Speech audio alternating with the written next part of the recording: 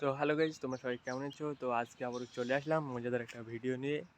তো চলো শুরু করি ভিডিওটা। তার আগে বলে দেই, আজকে আমি এসেছিলাম যে ঘুরতে। তো সেখানে এসে শুনলাম এখান থেকে নাকি 1 বছর আগে একসময় এখানে বাঘ ঘুরতো। তো চলো সেই জায়গাটা তোমাদের দেখাবো। তো চলো ভিডিওটা স্টার্ট করি। তো আমি রাস্তা দিয়ে যাচ্ছি। আমার এক দাদা বললো এখানে নাকি 100 বছর আগে বাঘ ঘোরাঘুরি করতো। সেই জঙ্গল মতনটাই এখানে, তোমরা দেখলে বুঝতে পারবে সত্য কিনা মিথ্যে। তো চলো।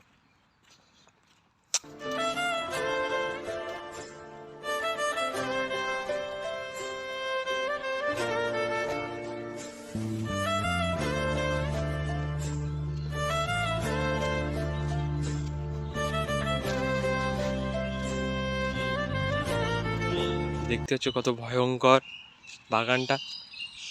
আমার একা একা যেতে ভয় লাগছে, তাও সাহস করে আসলাম যে তোমাদের দেখাবো বাগানটা, যে একসময় বাঘ ঘুরতো এমন বাগান। চলো দেখা যাক সত্য কিনা মিথ্যে। আমার তো এখন থেকে ভয় লাগছে বাগানটার ভেতরে ঢুকতে। এখন এমএলএ লোক যাওয়া আসা করে রাস্তা মতন হয়ে গেছে, তাও যেন ভয় লাগছে একটা, একা একা তো। চলো।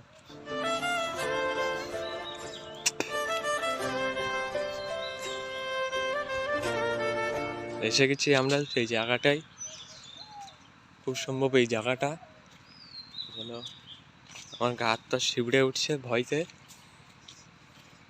এখানে সব নড়ানড়ি করছে, পাখি কাঠবিড়ালি সব নড়ানড়ি করছে।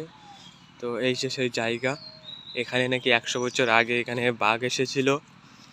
তো এই জায়গায় নাকি মেরে এখানে নাকি মাটি দিয়েছিল। মাটি দিয়েছিল কোন জায়গায় দেখা যাক। তো এই জায়গায় নাকি মাটি দিয়েছিল, আমার এক দাদা যেভাবে বললো। তো এই জায়গায় নাকি মাটি দিয়েছিল বাঘটাকে, বুঝতে পেরেছ? কত ভয়ঙ্কর ছিল আগে এসব জায়গা। এসব ধরে বাগান, বাঁশবাগান, এই বাগান, এই জায়গাটায় নাকি মেরেছিল। তো ইতিহাসে থেকে যাবে এইসব জায়গা, বুঝেছ? এই জায়গাটায় মাটি দিয়েছিল। এই গাছটা দেখতে পাচ্ছ, কাঁঠাল গাছ। কাঁঠাল গাছের ওই ধারেই মাটি দিয়েছিল নাকি। আমার তো এখন তো ভয় লাগছে, কি করব। আমি চলে যাচ্ছি, এখানে বেশিক্ষণ থাকা যাবে না, ভয় লাগছে একা একা বাগানের ভেতর। তো গরমও প্রচণ্ড পড়ছে, এই কারণে আমি বাড়ির দিকে যাচ্ছি। তো ভিডিওটা এখানে শেষ করছি। তো সবার কাছে অনুরোধ থাকবে ভিডিওটা শেষ পর্যন্ত দেখার। এর জন্য আমার ওয়াচ টাইমটা পূরণ হচ্ছে না, এর জন্য আমার চ্যানেলটা মনিটাইজেশন হবে না। তো সবার কাছে অনুরোধ থাকবে ভিডিওটা শেষ পর্যন্ত দেখার। তো চলো, বাই।